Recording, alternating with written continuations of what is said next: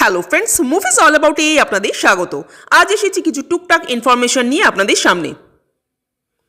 সানি দেওয়াল, বিজয় বর্মাকে একসাথে একটি মুভিতে আমরা দেখতে পেতে চলেছি।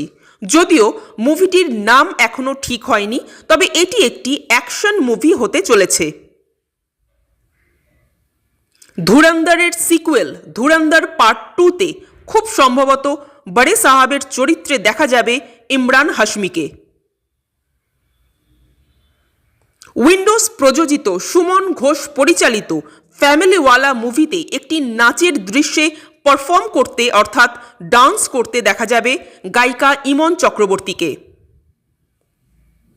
2026-এর শেষ অথবা 2027-এর শুরুর দিকে মুক্তি পেতে পারে আসুর ওয়েব সিরিজটির 3rd সিজন। আসতে চলেছে ককটেল 2 মুভিটি। এবারের মুখ্য চরিত্রে থাকবেন শাহিদ কাপুর, কৃতি স্যানন ও রশ্মিকা মন্দানা।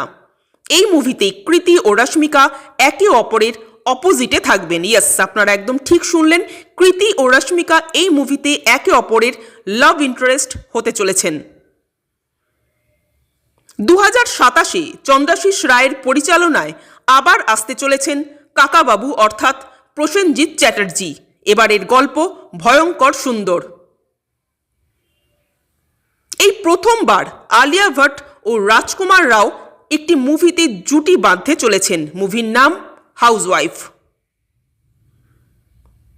4 সেপ্টেম্বর 2026-এ খুব সম্ভবত মির্জাপুর আসতে চলেছে বড় পর্দায়।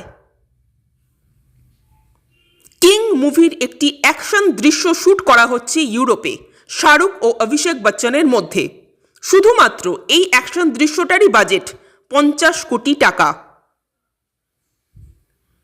সঞ্জয় লীলা বনসালি পরিচালিত লাভ অ্যান্ড ওয়ার মুভির এখনো পর্যন্ত বাজেট এসে দাঁড়িয়েছে 475 কোটি টাকা। এখনো কিন্তু মুভির শুটিং আরও 50 দিন বাকি। দেখা যাক এর বাজেট বেড়ে ফাইনালি কত টাকায় দাঁড়ায়। আজ এই পর্যন্তই। আমাদের ভিডিও ভালো লেগে থাকলে প্লিজ লাইক, শেয়ার ও সাবস্ক্রাইব করতে ভুলবেন না। Thank you.